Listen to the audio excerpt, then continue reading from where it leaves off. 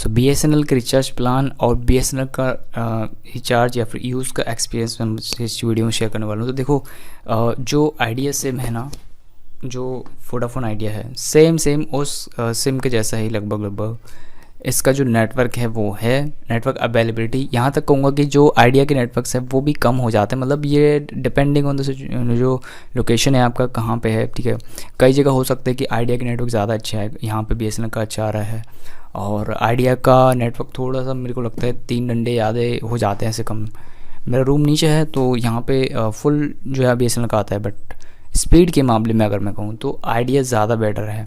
लेकिन बीएसएनएल का इंटरनेट ऐसा है कि देखो अगर आपको स्लो यूज़ करना है, स्लो यानी कि जैसे स्लोली डाउनलोडिंग चीज़ों में ऐसे हो गया, या फिर नॉर्मल ब्राउजिंग, जैसे हमारा ज़्यादातर ब्राउजिंग इंटरनेट वैसे चलाने वाला रहता है, तो इन चीज़ों के लिए बेस्ट है। क्योंकि देखो इसमें जो भी प्राइस पे जो चीज़ें आपको मिल रही है, जो डेटा मिल रहा है, जो सर्विस मिल रही है, वो एकदम ठीक है। यहाँ पे कॉल में कोई प्रॉब्लम नहीं आता है क्योंकि नेटवर्क अवेलेबल है, और अगर नेटवर्क अवेलेबल है तो फिर यहाँ पे इंटरनेट भी ठीक ठाक चल जाता है।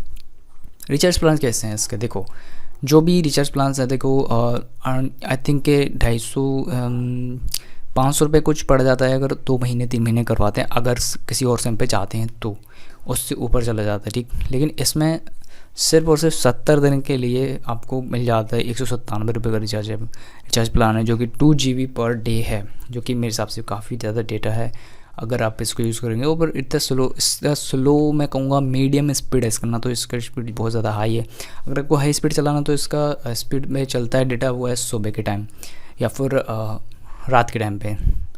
तो जनरली जो भी वर्किंग आवर्स हो उसमें जो डेटा स्पीड है इसका ज़्यादा नहीं रहता है, तो मीडियम स्पीड मैं कहूँगा।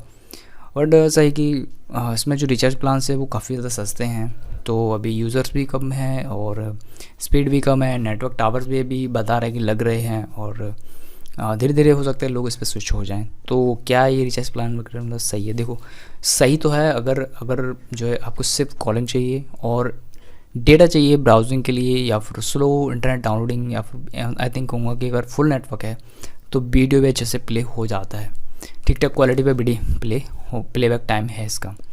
नेक्स्ट क्या चीज़ है, आई थिंक और भी ऐसे प्रॉब्लम नहीं है, बट नेटवर्क आना चाहिए। नेटवर्क कवरेज जैसे कि अगर आपका ऊपर रूम है सबसे ऊपर, तो वहाँ पे नेटवर्क कवरेज ज़्यादा बेस्ट है, तो फिर वहाँ पे आप यूज़ कर सकते हो उसको। तो नेटवर्क का कोई इश्यू नहीं है, इस वजह से क्या है कि आपका जो इंटरनेट कनेक्शन है वो बेटर चलेगा, और आपको कॉल में तो कोई प्रॉब्लम नहीं आएगा, ठीक। और आइडिया के जस्ट सिमिलर ही है इसका नेटवर्क स्पीड, मैं कहूँगा आइडिया में थोड़ा सा बेटर है कंपेयर टू बीएसएनएल। तो ये कुछ चीज़ है, ठीक है। तो मैं इसके जो प्लान के स्क्रीनशॉट हैं वो मैं फ़ोटो में लगा दूंगा, तो वो आप वॉच कर लेना। तो बाकी अगर आप चाह रहे हो कि पोर्ट करना, तो आप उसमें पोर्ट नहीं करवाइए, आप उसको पहले न्यूज़ सिम लीजिए, फिर उस चीज़ को आप समझिए अपने एरिया के नेटवर्क में क्या कैसा वर्क कर रहा है इसका नेटवर्क, ठीक है।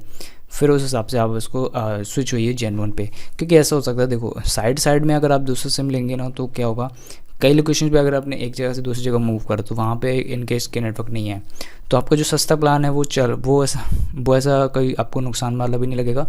दूसरा कि अगर आप मूव भी करोगे तो आपको जो मेन सिम है ना वो चालू रहेगा। अगर आप इसको मेन सिम ऐसे यूज़ करने लगोगे या फिर पोर्ट करवाओगे तो इनकेस अदर जगह पे मूव करने पे आपको लोकेशन प्रॉब्लम या फिर नेटवर्क का इशू हो सकता है। तो ये एक चीज़ है।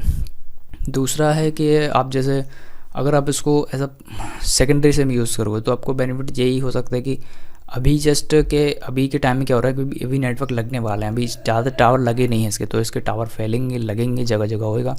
फिर उसके बाद अगर हो सकता है कि कुछ महीनों के बाद भी आई थिंक कि जो उसका कवरेज है एरिया है वो शायद बढ़ जाए और बेटर जो है स्पीड आपको मिलने लगे, फिर आप इस पर परमानेंटली स्विच हो सकते हो। तो ये था ऑलरेडी जो भी रिचार्ज प्लान है आई थिंक कि काफ़ी ज़्यादा सस्ते हैं, मतलब बहुत ज़्यादा सही है। मतलब कहूँगा आधे जो प्लान्स हैं आप जियो और आइडिया से कंपेयर कर लो, एयरटेल से कंपेयर कर लो, उतने में आपको मिल जाएगा, लेकिन स्पीड भी वो आपको आधा ही मिलेगा। ये एक चीज़ पॉइंट आपको ध्यान रखना है। नेटवर्क कनेक्टिविटी भी उनके कंपेरेटिवली आधा ही है। आइडिया और एयरटेल कई जगह आपने देखा होगा अवेलेबल नहीं है, बट जियो अवेलेबल है, ठीक। तो ऐसा सीन है। सेम इसके साथ भी है कि बीएसएनएल का हर जगह अवेलेबल नहीं है, ओके। और डिपेंडिंग ऑन कौन से एरिया में आप हो। और guys, so the next video में, थैंक्स फॉर वॉचिंग।